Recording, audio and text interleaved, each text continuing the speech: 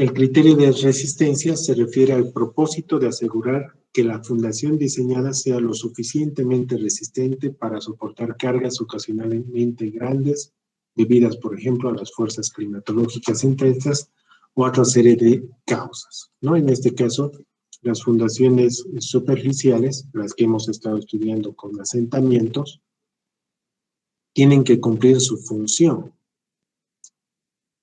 la función de soportar las cargas a las cuales está siendo diseñada, ¿no? Una fundación superficial es, es construida, ¿no? Es construida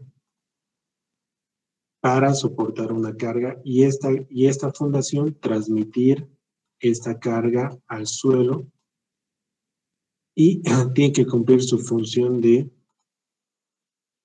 criterio de resistencia y de utilidad, ¿no? La resistencia que eh, sea totalmente resistente a las cargas que va a soportar y utilidad a que sea estable, ¿ya? En el terreno para poder soportar las cargas que se ha proyectado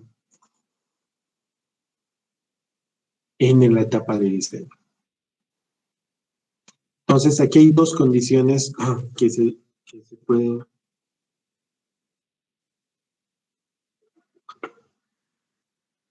dos condiciones que se deben eh, tener en cuenta para afrontar un problema de fundaciones a corto plazo y a largo plazo.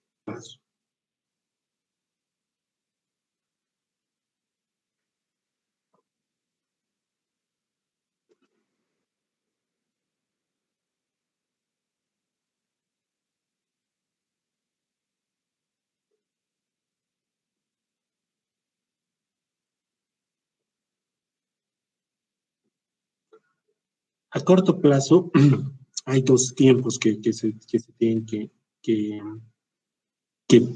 que diferenciar claramente, ¿ya? En dos tipos de terreno. Vamos a hablar en un terreno arcilloso, ¿ya? Un terreno arcilloso. La condición más crítica es tomando en cuenta que este terreno arcilloso está saturado, ¿ya? Y la segunda condición es en un suelo arenoso, o sea, con propiedades de una arena.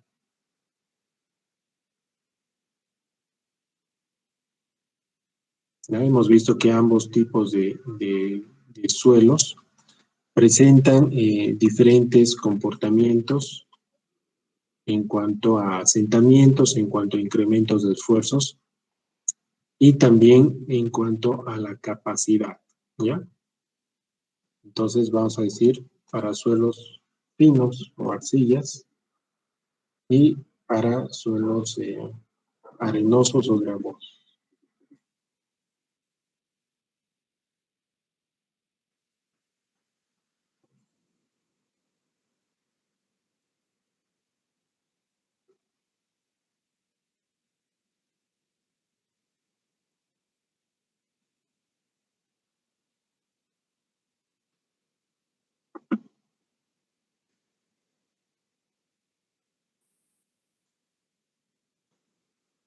Entonces, en condiciones a corto plazo, esta condición se presenta cuando la carga es aplicada durante el periodo de construcción, es decir, durante un periodo corto de tiempo, y será crítica solo para el caso en que la fundación sea emplazada en un suelo arcilloso, es decir, cuando se produzca una condición no drenada. La condición no drenada se presenta en suelos de muy baja permeabilidad, donde se considera que el volumen permanece constante y el exceso de presión de poros generado por la carga es igual al esfuerzo de presión de poros total.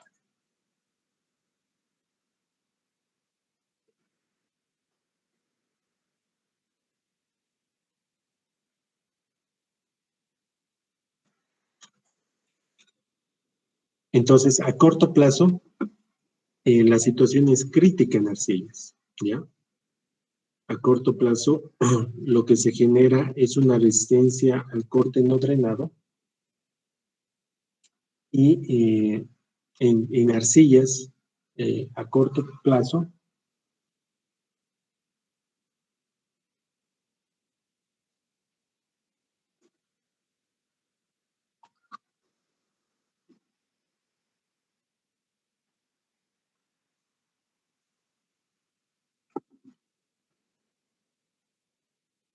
eh, por ser un suelo que presenta muy baja permeabilidad, ¿ya? A corto plazo se genera una resistencia al corte no drenado, ¿ya? En cambio, a largo plazo, en esta condición se presenta cuando la carga máxima es aplicada a la fundación y luego de cierto tiempo después del final de la construcción, la condición a largo plazo reúne las características de una condición drenada, tanto para el caso de suelos arcillosos como para el caso de suelos granulares. Una condición drenada es una situación en la que el suelo es cargado y no se genera un exceso de presión de poros. Para la condición drenada deben utilizarse los esfuerzos efectivos. En una condición a corto plazo, ¿ya? Aquí el tiempo pequeño, ¿ya? A corto plazo, se genera un exceso de presión de poros en arcillas, ¿ya? Por lo tanto, la condición es una condición no drenada.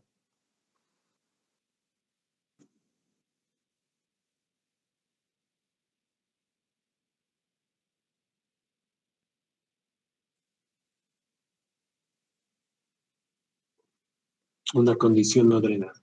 En arenas, ¿ya? En arenas, a corto plazo,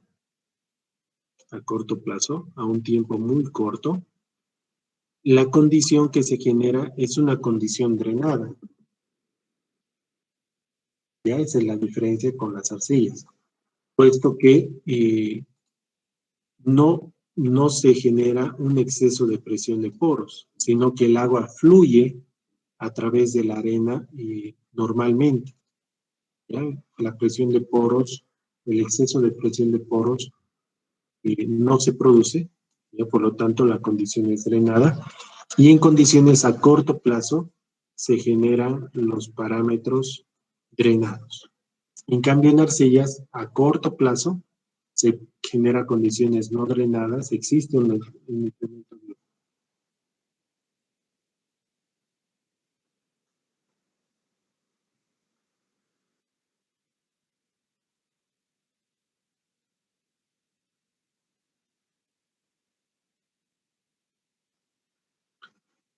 Existe un exceso de presión de poros y se genera parámetros no drenados, ¿no? Esto en condiciones a corto plazo para suelos de baja permeabilidad y suelos con alta permeabilidad, como ser los suelos arcillosos y los suelos arenosos. En cambio, en un periodo de tiempo más largo, en una condición a largo plazo, ya donde el tiempo ha pasado, en arenas se mantiene la condición drenada, ya las partículas de suelo se acomodan, nunca existe un exceso de presión de poros, ¿ya? Por lo tanto, la condición es una condición drenada.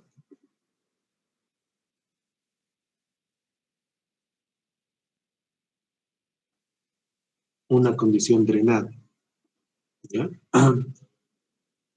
Por lo tanto, los parámetros que gobiernan en este periodo son parámetros drenados. En arcillas, cuando pasa el tiempo, el exceso de presión de poros es disipado, ¿ya? Aquí el proceso de consolidación se da, ¿no? Y las partículas de suelo de arcilla ya presentan una condición, vamos a decir, drenada, ya no una condición no drenada. ya cuando pasa muchísimo tiempo, entre 1 a 5 años, cuando ya el proceso de consolidación está terminando y sus parámetros de resistencia, ¿ya? Sus parámetros de resistencia son parámetros drenados en una condición a largo plazo, ¿ya? Esta definición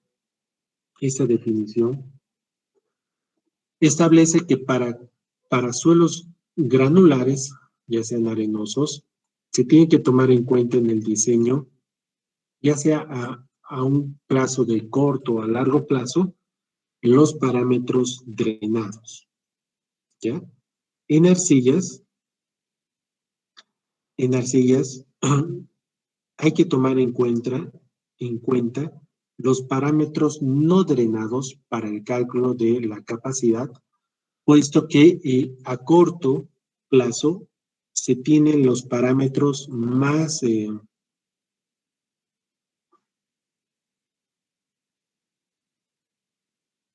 críticos, ¿ya? Más críticos, ¿ya? El hecho de utilizar la cohesión no drenada implica acá utilizar un ángulo de fricción igual a 0, ¿ya? En el círculo de Moore, ¿listo? Entonces, hay que tomar esto en cuenta para el cálculo de la capacidad, porque se habla de la resistencia del suelo por debajo de la fundación, ¿listo? Y para eso se utilizan algunas definiciones que ya las hemos visto. El nivel de fundación, referido a la posición de la base de la fundación en profundidad, ¿no? Nivel de fundación, ¿no? La sobrecarga efectiva inicial, que es definido como que la carga total inicial menos la presión de poros en condiciones iniciales, esto calculado en la profundidad del nivel de fundación. Y luego acá se define lo que es la carga bruta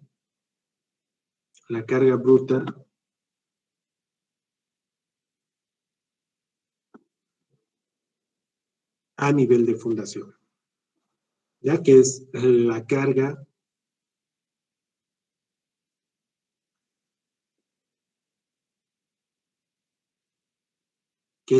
que soporta en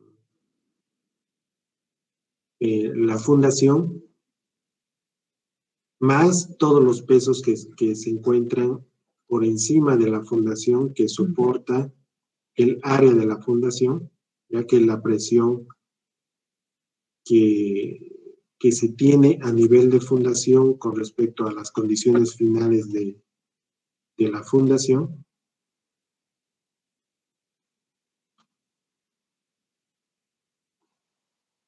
como la presión, ¿no? Esta sería la carga que soporta.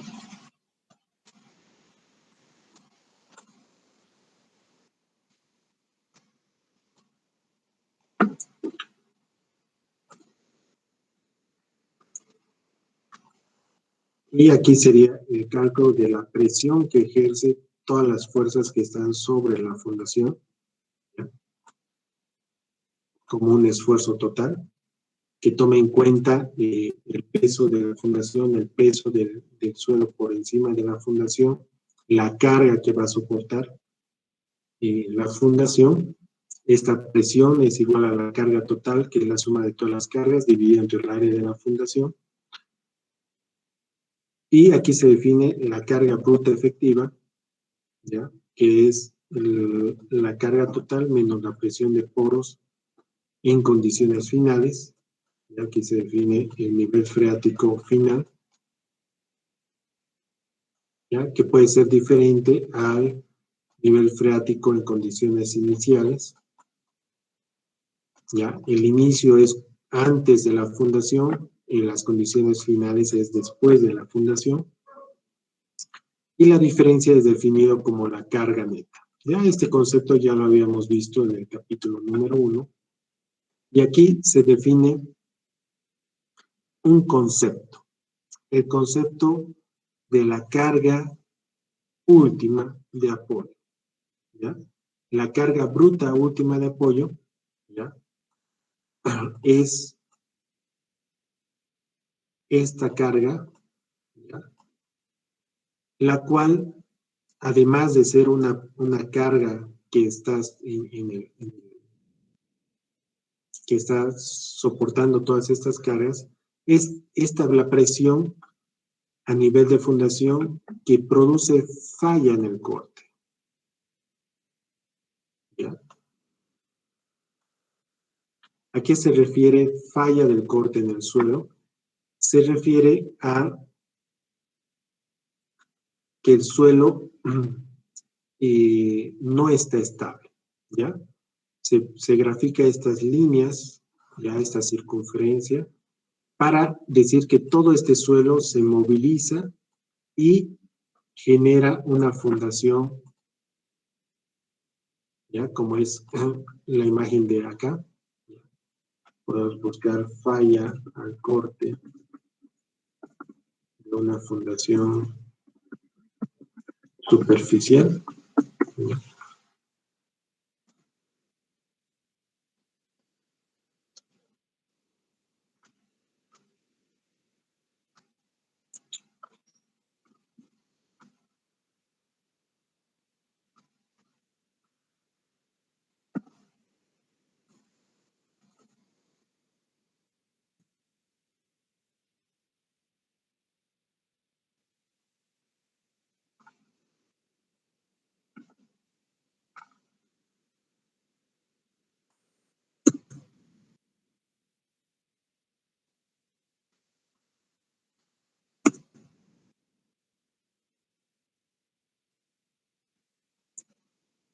Bueno, un ejemplo claro es la Torre de Pisa, ya que su fundación está en proceso de falla.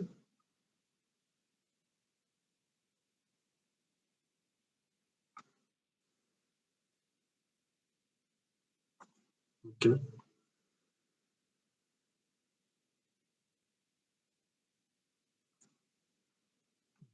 Más o menos.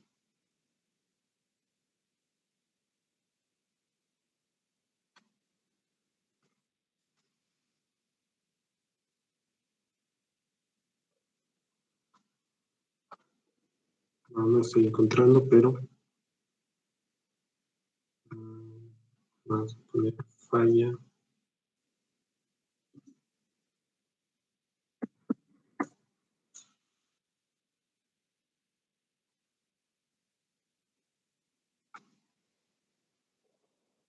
Aquí está.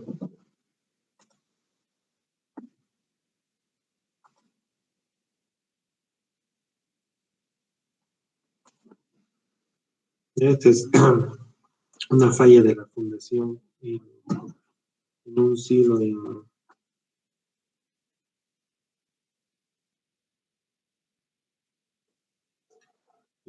en Trascona.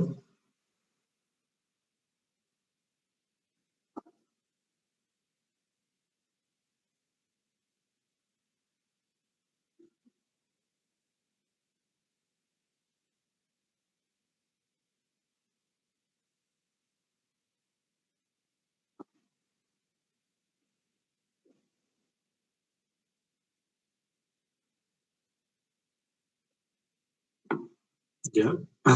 Y aquí la carga que soportaba esta fundación ha fallado, ya el suelo ha fallado, por lo tanto, la fundación, ¿ya?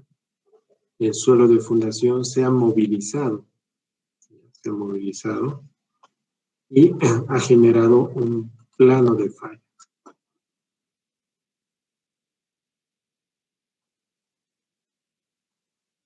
Entonces, esta porción de suelo se ha movilizado y ha generado que falla el suelo. Vean acá una imagen de una falla general de una fundación, donde se puede ver que el suelo se ha movilizado y se ha deformado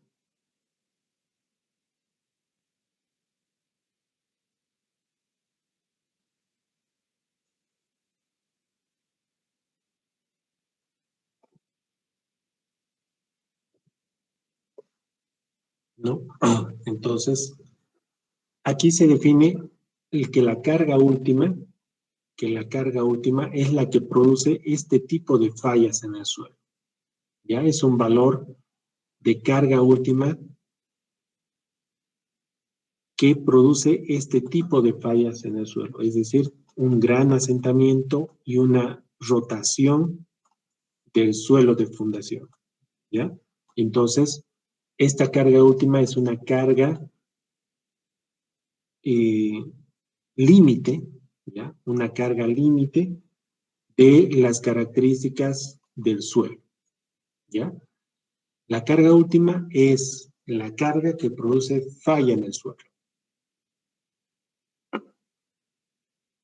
Un valor superior a esta carga última no va a ser soportada por la fundación, puesto que existe, eh, puesto que se supone que con una carga mucho mayor a la carga última, pues el suelo va a fallar, ¿ya? Luego está la definición de la carga última efectiva, que sería la carga última menos la presión de poros en condiciones finales. ¿Hasta aquí alguna pregunta?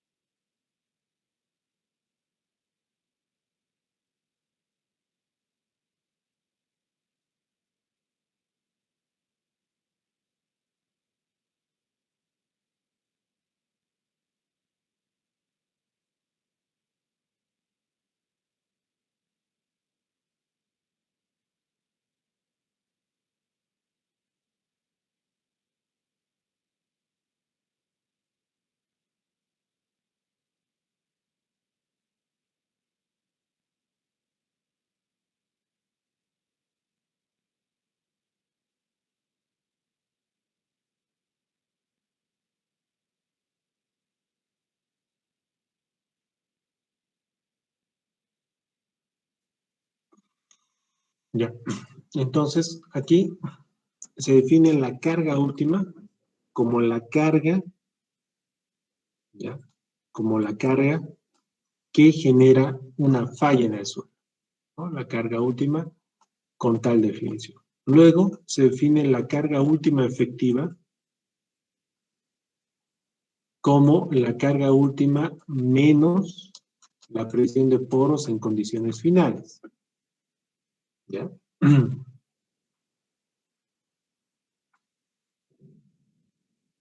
Se define entonces la carga neta última de apoyo, ¿ya? Siguiendo la analogía de la carga neta, ¿ya? Siguiendo la analogía de la carga neta, como la carga última neta, que es la carga última efectiva, menos la sobrecarga efectiva inicial, que es el esfuerzo efectivo inicial que se tiene en el suelo antes de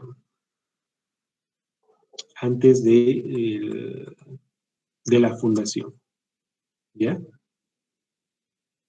Con este valor de carga última neta se puede definir la carga segura neta, ¿ya? Que es la carga última segura neta entre un factor de seguridad. La carga última neta, la carga segura neta,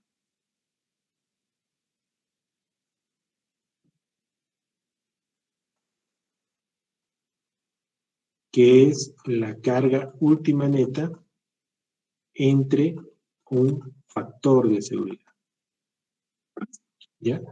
¿Qué es esta carga? La carga última es la carga que produce falla en el suelo. La carga última neta es la carga que produce falla en el suelo a nivel de fundación, ¿no? Restando lo que es la sobrecarga efectiva inicial. Entonces, esta carga segura neta es la carga que va a asegurar que no exista falla en el suelo a través de la división de la carga última neta entre un factor de seguridad, ¿ya? Y ese factor de seguridad está dada por la tabla 3.1, ¿ya? Esta tabla 3.1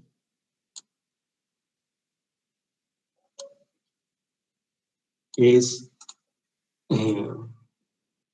una tabla que toma en cuenta los siguientes aspectos. Primero, una categoría de la edificación, ¿ya? Categoría de la edificación en 3 categorías, A, B o C,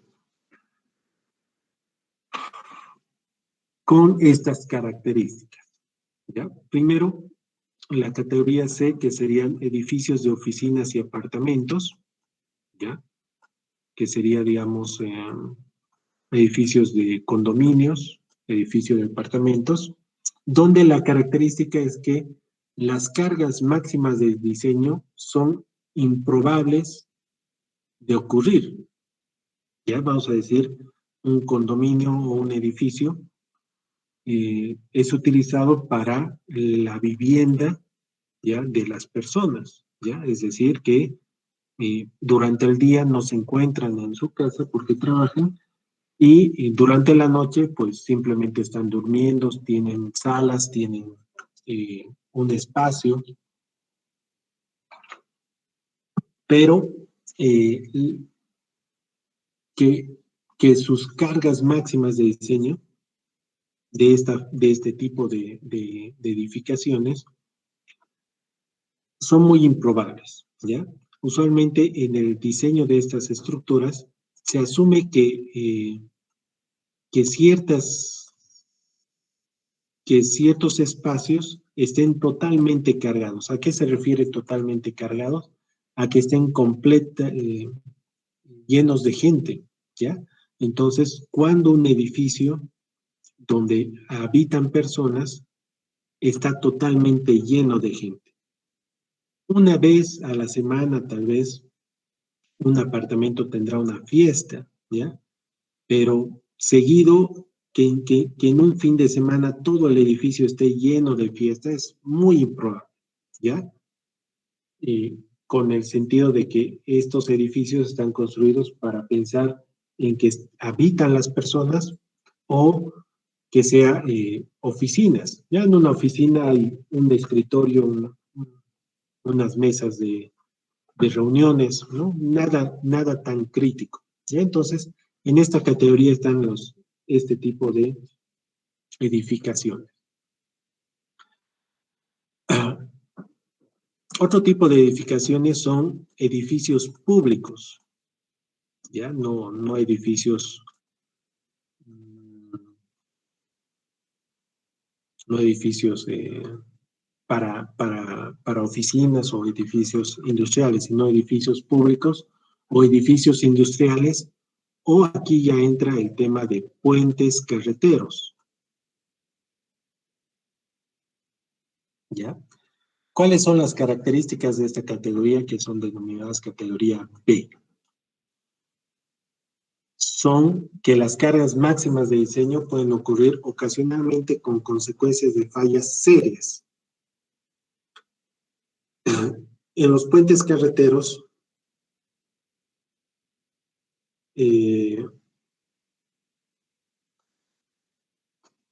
las cargas, los camiones que pasan son recurrentes, ¿ya? Son ocasionales, ¿ya? Todo el tiempo están sometidos a pasos de trailers, ¿ya? Podemos decir que, los, que las cargas a las cuales han sido diseñadas son frecuentes. En edificios públicos, ya como sea, digamos, la Casa del Pueblo, ¿no? Que es un edificio gubernamental, todos los días se programan reuniones con los diferentes movimientos sociales, diferentes comisiones, embajadas, reuniones de diputados. Entonces, es más probable que este edificio esté lleno de personas porque esa es su función, cumple la función de reunir gente. Entonces, son estructuras donde las cargas máximas de ocurrir son frecuentes. ¿No? Aquí entraría también el caso de estadios, ¿no? Con consecuencias de fallas serias, ¿ya? Es decir, que si aquí pensamos que falla el edificio, pues vamos a tener un montón de personas involucradas. Si falla un puente, como tenemos la experiencia en Cochabamba del colapso del puente San Pedrito del año 2015, las consecuencias de falla son serias. Ya en este caso del puente, dos ciudades centrales de Bolivia, como ser Cochabamba y Santa Cruz, se ven afectados con la falla del puente. Es más, el comercio entre lo que es Brasil y Perú pasa por estos puentes ubicados en el Chapare, y una falla ha sido catastrófico, ¿ya? Sin embargo, se ha podido salvar con la instalación de un puente provisional ese mismo día mientras se reparaba el puente, ¿ya? Entonces, es una consecuencia de fallas serias. Y acá se encuentra la categoría C, ¿ya? La categoría C, que es la categoría donde se encuentran puentes ferroviarios, se encuentran almacenes de industrias, ¿ya? Almacenes de industrias, silos y muros de retención de agua como presas.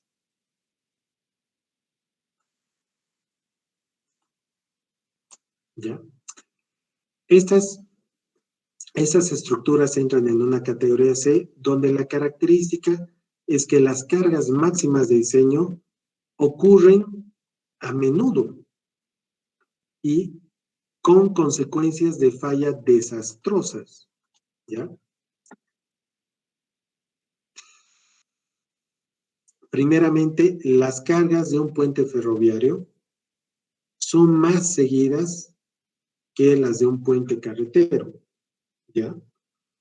Un trayecto ferroviario es diseñado para transportar las máximas cargas en poco tiempo, ¿ya? Un silo está diseñado para almacenar material hasta su máxima capacidad, lo máximo que se pueda, el mayor tiempo posible, las mayores veces posibles. Y unas estructuras de retención hidráulica están diseñadas para retener agua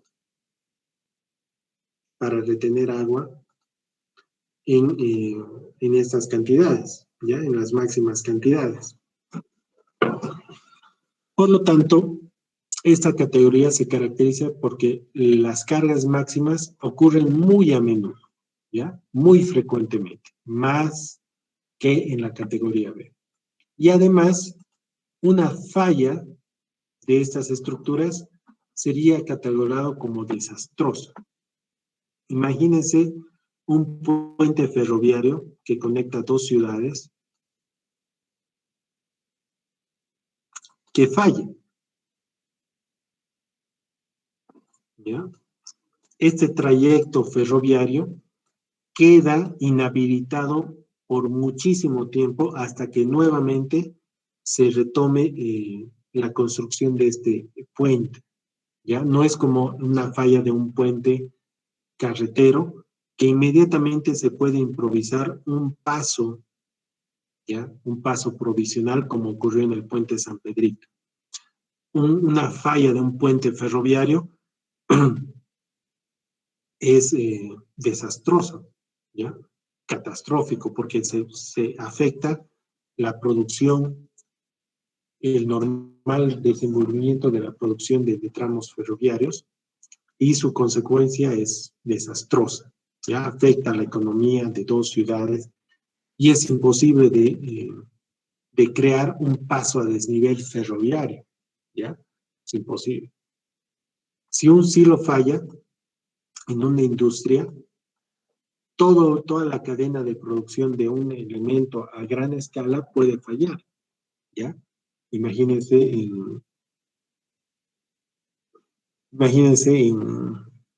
en la empresa de cemento de Bolivia que tienen almacenado el sílice y, y falla toda esta, toda esta, toda esta estructura y todo ese material se pierde. Entonces, no es, las consecuencias son fatales. Y en una de retención del agua, lo propio, ¿ya? Entonces, esas tres categorías hay que tomar en cuenta. No todas las estructuras tienen como que la misma importancia, ¿ya? Hay otras mucho más importantes y hay otras menos importantes, pero todas son importantes porque en todas habitan las personas y una falla en la fundación puede generar pérdidas humanas, ¿no? Entonces hay que tener mucho cuidado en las fundaciones y sobre todo en este tema de calcular la capacidad admisible del suelo, que está relacionado con qué carga puede soportar el suelo de forma segura, ¿ya? Entonces, cuando se categoriza la estructura, hay que tomar en cuenta estos aspectos entre la categoría A, B y C, según Coduto de 1994. El factor de seguridad puede tomar los siguientes valores en función de la calidad de los datos que se tiene en los suelos, ¿ya? Acá, en todos los ejercicios que hemos planteado, hemos dicho la arcilla tiene tal valor del peso, tal valor de la cohesión no drenada, tal valor de módulo de elasticidad no drenado. La arena tiene un módulo de elasticidad drenado, un ángulo de fricción, un peso específico. Todos esos valores salen de un estudio de suelos, ¿ya? De una exploración del suelo. Si esa exploración del suelo es completa y cuidadosa, se recomienda utilizar estos factores de seguridad que van de mayor a menor según la categoría. Para la categoría A, usar 3, 2.5 para la B y para C, 2. Pero esto cuando los datos del suelo, en función de un estudio de suelos completo y cuidadoso, nos den la garantía de que los parámetros que se utilizan en las ecuaciones son los parámetros más cercanos a la realidad. Si la exploración de subsuelo no es ni completa ni cuidadosa y los datos son bastante groseros y no están cercanos a la realidad, Coduto recomienda utilizar mínimamente estos factores de seguridad.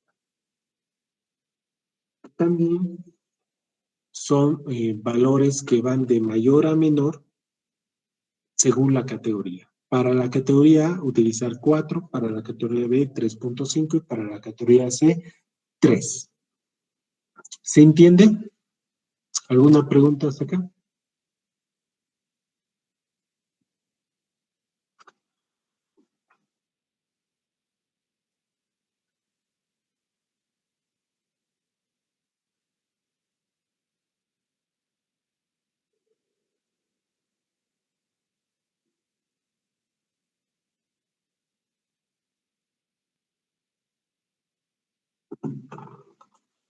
Ya.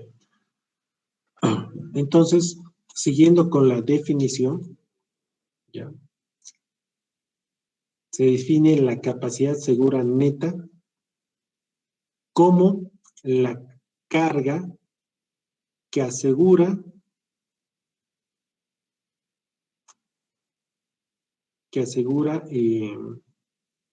no va a fallar al corte, ¿ya? Es decir, que no se va a producir esta situación, ¿ya? En función del factor de seguridad.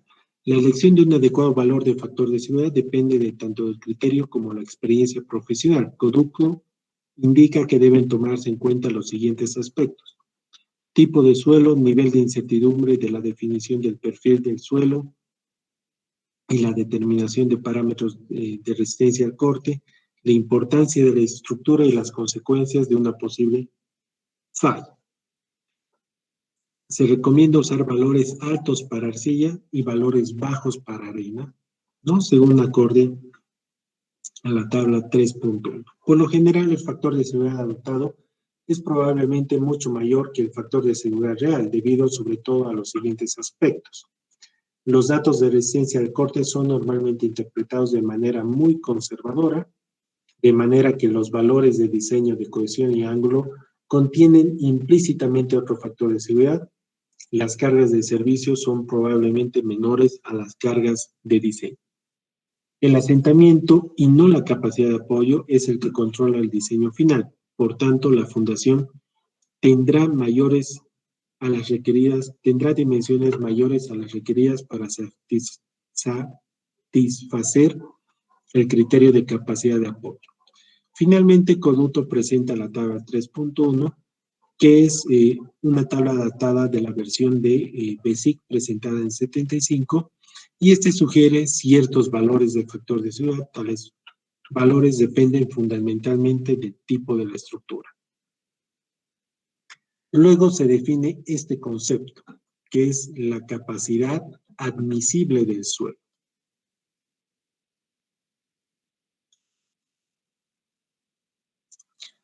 La capacidad admisible del suelo es la presión bruta a nivel de fundación que asegura que no existirá falla al corte y que los asentamientos a producirse no serán mayores a los tolerables.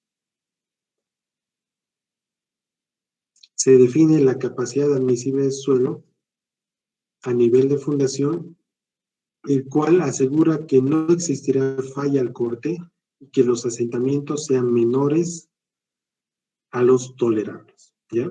Entonces, ¿cómo se hace para calcular esta capacidad admisible? Se tiene que calcular el asentamiento que produce esta capacidad segura neta, ¿ya? Esta capacidad segura neta produce un asentamiento en el suelo. Si el suelo es predominantemente arenoso, se calculará con Schmermann. Si el suelo es predominantemente arcilloso, se calculará con el método métrico. Y este asentamiento total tiene que ser menor al asentamiento tolerable.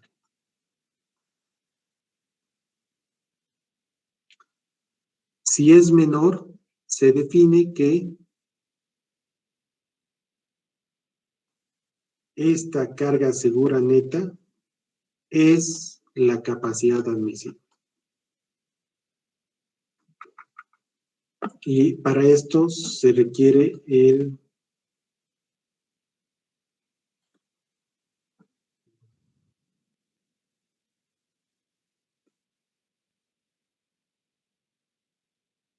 la contrastación del asentamiento total calculado con asentamientos tolerables, ¿ya? Y la última tabla del capítulo 2 presenta estos valores recomendables. Asentamientos tolerables en edificios. El asentamiento máximo en arcilla tolerable en fundaciones superficiales es de 75 milímetros en arcillas, y el asentamiento tolerable en edificios para arenas es de 50 milímetros. Si es una losa de fundación, se tiene estos valores Y los valores entre paréntesis son los valores máximos recomendables según Bowles 1996. ¿Ya? Entonces, en el cálculo de la capacidad admisible del suelo, entra el cálculo de asentamientos y por ende entra también el cálculo de incrementos de esfuerzos. Si el asentamiento total es menor al asentamiento tolerable, este valor es la capacidad admisible. ¿Qué ocurre cuando el asentamiento total es mayor al asentamiento tolerable? Lo que ocurre es que no se puede hablar que la carga segura neta es la capacidad admisible. Por lo tanto, aquí lo que se sigue es proponer una carga segura neta, ¿ya?, que sea menor a la carga segura neta calculada inicialmente, ¿ya? Calculada inicialmente. Y esta carga segura neta menor, calcular su asentamiento total, que seguramente va a ser menor hasta que se produzca que el asentamiento total producido por esta segunda carga segura neta sea menor al asentamiento tolerable.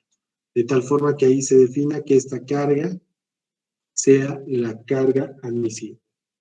¿De qué sirve calcular este valor en fundaciones? Este valor de carga admisible define el tamaño de las fundaciones superficiales.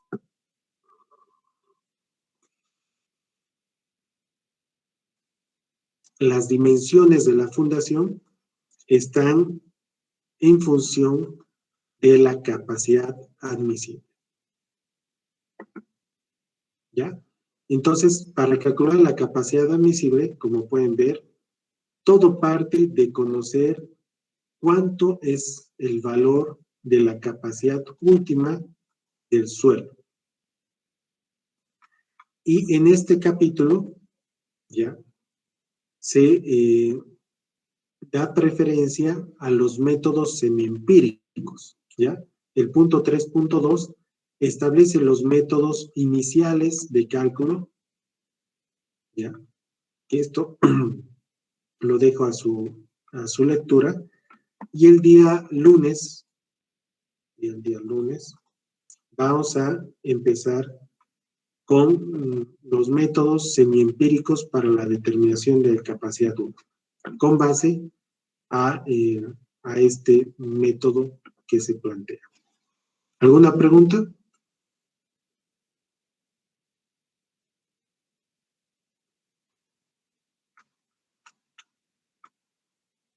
Ya. Si no hay más preguntas, aquí quedaríamos. Voy a habilitar